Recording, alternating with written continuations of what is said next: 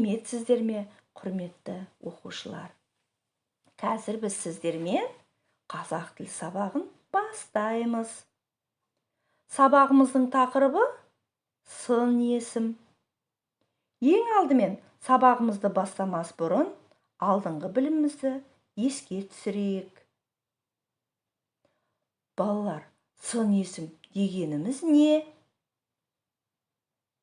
Сын есімнің сұрақтарын атаңдаршы. Тәтті, сұлу, үлкен, таза сөздеріне сұрақ қойыңдар. Керемет балалар, өте тамаша. Ендеше менің бағытым ойын ойнаймыз ба балалар? Олай болса, ойын ережесімен таныс болыңдар. Берілген бірінші бағандағы сын есімдерді, екінші бағандағы зат есімдерге бағыттаймыз. Мысалы, тәтті қант. Қандай қант? Тәтті қант. Міне балалар, өздерің көріп отырғандай, сын есімді зат есіммен бағыттадым. Осылай тапсырманы жалғастырамыз, балалар. Бұл ойында дұрыс нәтиже көрсетеді деп ойлаймын. Ал енді мына тапсырмаға назар аударайықшы. Мәтіндегі сын есімдерді тауып, қай сөзбен байланысып тұрғанын айтамыз. Алдымен мәтінді оқып алайық. Ертіс үлкен өзен. Оның бойына сәулетті қалалар салынған. Ертіс жағасының құнарлы топырағы мол өнім береді. Осы мәтіндегі сын есімдерді табамыз балалар. Қандай деген сұрақты қойсақ, сын есімдер оңай табылады. Және байланысып тұрған сөздерді де табамыз. Келесі тапсырмада сызба бойынша бір зат есімге қатысты бірнеше сын есім тауып жаз дейді. Бізге тақтай, дала, көл сөздері берілген. Алдымен үлгіге қарайықшы. Қандай тақтай? Қалың тақтай. Қандай тақтай? Жалпақ тақтай. Тағы қандай тақтай?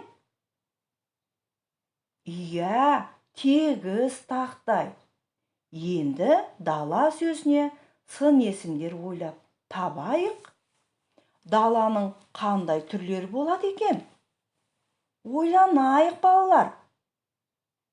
Және қандай көлдер болады? Кәне, осы сөздерге сын есімдер тауып жазайықшы. Дұрыс, тамаша балалар. Келесі тапсырмамыз көп нүктенің орнына мағынасына сәйкес сын есімдерді қойып, сөйлемдерді көшіріп жазамыз. Тамаша. Олай болса, сендердің сын есімді қалай меңгергендеріңді білейік балалар. Мына тест тапсырмаларын мұқият орындаймыз. Бірінші, сын есім нені білдіреді? А. Заттың қимылын. Ә. Заттың атын. Б. Заттың сынын. В. Заттың санын. Екінші, сын есім қандай сұрақтарға жауап береді? А. Неше, нешінші. Ә. Қандай, қай. Б. Не істеді, не қылды. В. Кімдер, нелер. Үшінші, сын есімі бар мақалды табыңдар. А. Әрбір халық өзінің ана тілінде ғана бақытты. Ә. Істеу қиын, сынау оңай. Б. Тіл мәртебесі, ел мәртебесі. В. Оқымаған бір бала, оқыса екі бала. Төртінші. Мына сөздердің қайсысы сын есім? А. Алма, ата, кітап. Ә. Үлкен, көк, тәтті. Б. Ұшады, өседі, кеседі. В.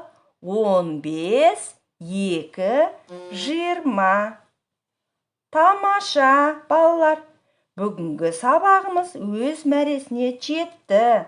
Сабақты жақсы меңгердік деген сенімдемін. Сау болыңдар.